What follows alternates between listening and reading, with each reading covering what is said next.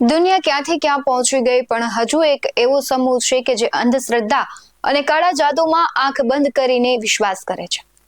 છેલ્લા ઘણા સમયથી રાજ્યમાં એવા બનાવો બન્યા છે કે અંધશ્રદ્ધાના આંધળા અનુકરણમાં લોકો હત્યા અને દુષ્કર્મ જેવી ઘટનાનો ભોગ બને છે. હમણાં જ વૃદ્ધ દંપતીને મોતને ઘાટ ઉતારી દેવામાં આવી હતી, એ પણ અંધશ્રદ્ધાને લઈને જ ઘટના થઈ હતી.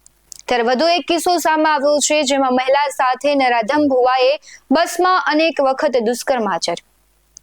નમસ્કાર, BS9 TV ન્યૂઝમાં આપની સાથે હું ભગવતી વિશાવડિયા. સુરતના અડાજણની એક મહિલાએ બોટાદ જિલ્લાના ચિરોડા ગામના એક ભુવા વિરુદ્ધ દુષ્કર્મની ફરિયાદ નોંધાવી છે.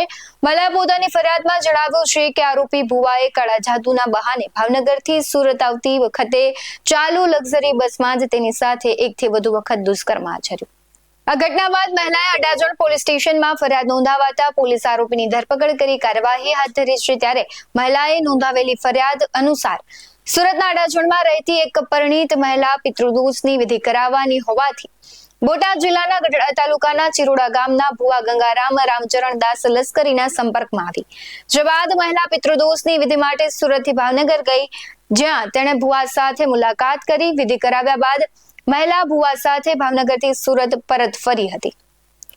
આ સમયે બંને એક લક્ઝરી બસમાં મુસાફરી કરી રહ્યા હતા, જેમાં ભુવા ગંગારામે કાળા જાદુના બહાને મહિલાને વશ કરીને તેની સાથે એકથી વધુ વખત દુષ્કર્મ આચર્યું.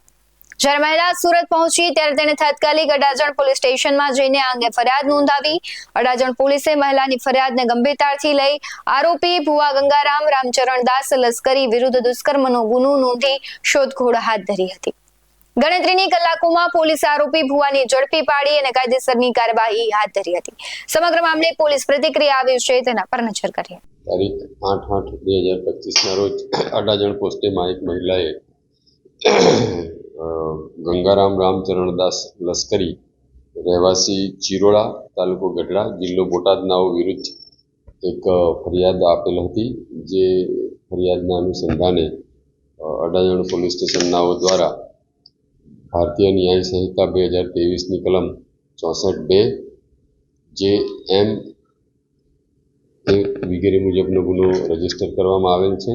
આ ગુનાને કામે હકીકત એવી છે કે આ મહિલા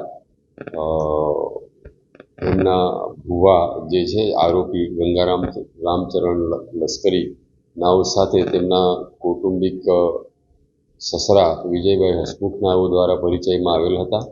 આ ભુવા જે છે પિતૃવિધિ અને બીજા અન્ય દુઃખ દર્દ દૂર કરવાની એવી વાતો કરી લોકોને ફસલાવી પોતાનું ગુજરાન ચલાવતા હતા.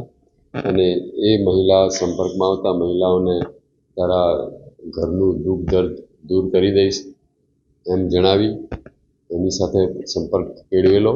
પછી મહિલાની શારીરિક તબિયત બગડતા મહિલાને કહેલ કે તારી શારીરિક તકલીફ પણ હું દૂર કરી દઈશ, તારામાં માતા આવે છે એમ કહી અલગ અલગ જગ્યાએ પૂજા કરવા માટે લઈ જવાનું બહાનું બતાવી સોનગઢ, પછી સિહોરા તાલુકો ભાવનગર ખાતે લઈ ગયેલા અને તેની પટાવી ફોસલાવી વિધિ કરવી પડશે તેમ જણાવી, તમારામાં માતાજી આવે છે તેમ જણાવી તેની સાથે શારીરિક સંભોગ કરેલો.